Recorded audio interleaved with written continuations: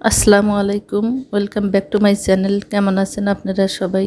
আশা করি আল্লাহর অশেষ রহমতে কাছে দূরে যে যেখানে আছেন সবাই ভালো আছেন। আপনাদের দোয়ায় আমরাও ভালো আছি। আজকে প্রতিদিনের মতো আরেকটি ব্লগ শুরু করলাম।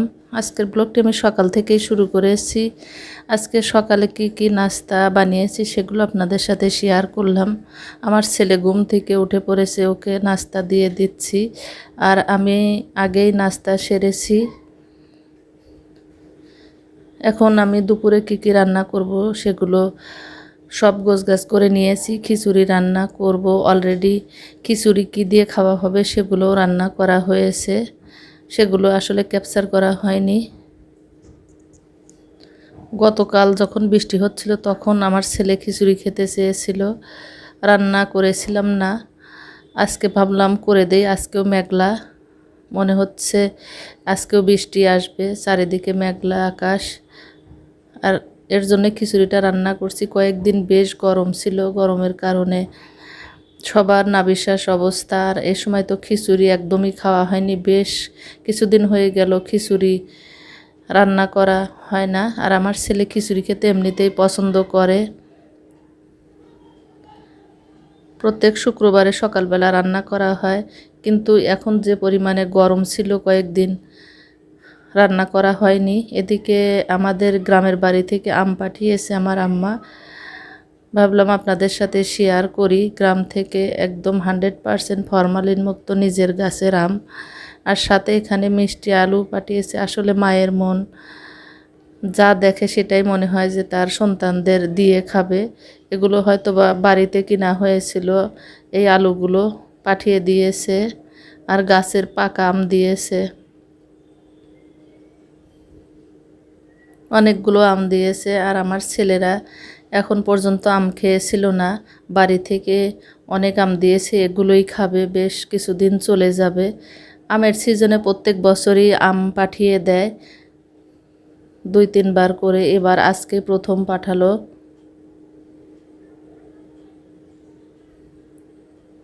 সবগুলো আম পেকে গিয়েছে, গাছের একদম পাকা আম। আমি আমার ছেলেকে কিছু আম এখন কেটে দিব। আমার 2 ছেলেই আম খেতে পছন্দ করে, আমগুলো অনেক মিষ্টি।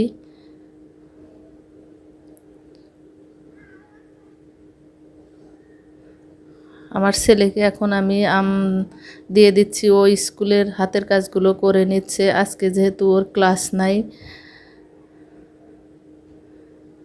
এই ফাঁকে আমগুলো দিয়ে দিচ্ছি। আর কিছুক্ষণ পরেই তো দুপুরের খাবার খাবে। গোসল করার আগে এই আম খেতে বেশি ভালো লাগে দুপুর টাইমে, দুপুরের খাবার খাওয়ার আগে। আর আমি যে কোনো ফ্রুটস এই সময়টাই দেওয়ার চেষ্টা করি।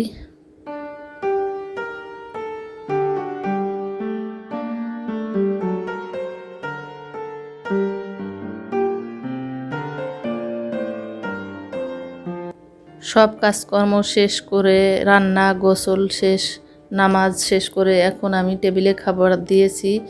আমি আমার 2 ছেলে খাবো।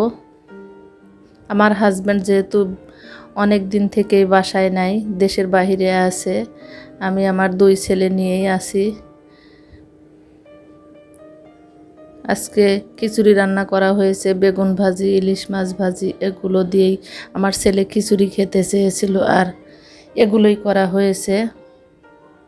আশা করি আজকের ব্লগটি আপনাদের কাছে ভালো লাগবে। ভালো লাগলে পাশে থাকবেন, আমাকে সাপোর্ট করবেন।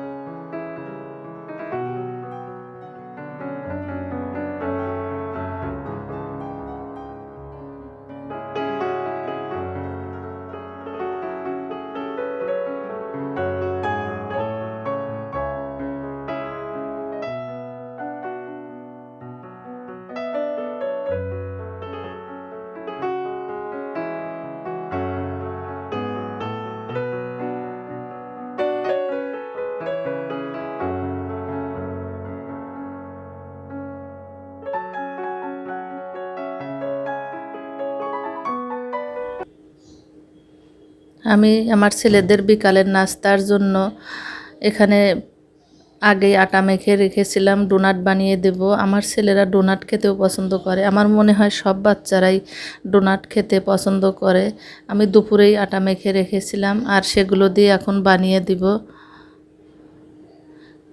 এমনি দোকান থেকে যদি ডোনাট কিনতে যাওয়া যায় তাহলে দেখা যাবে বেশ কিছু টাকা পোড়াবে, আর আমি যদি বাসায় স্বাস্থ্যসম্মতভাবে বানিয়ে দেই সেটা সবচেয়ে ভালো হবে। আর আমি সেটাই করছি, আমি সব নাস্তাই আমার ছেলেদের নিজের হাতে বানিয়ে দেওয়ার চেষ্টা করি।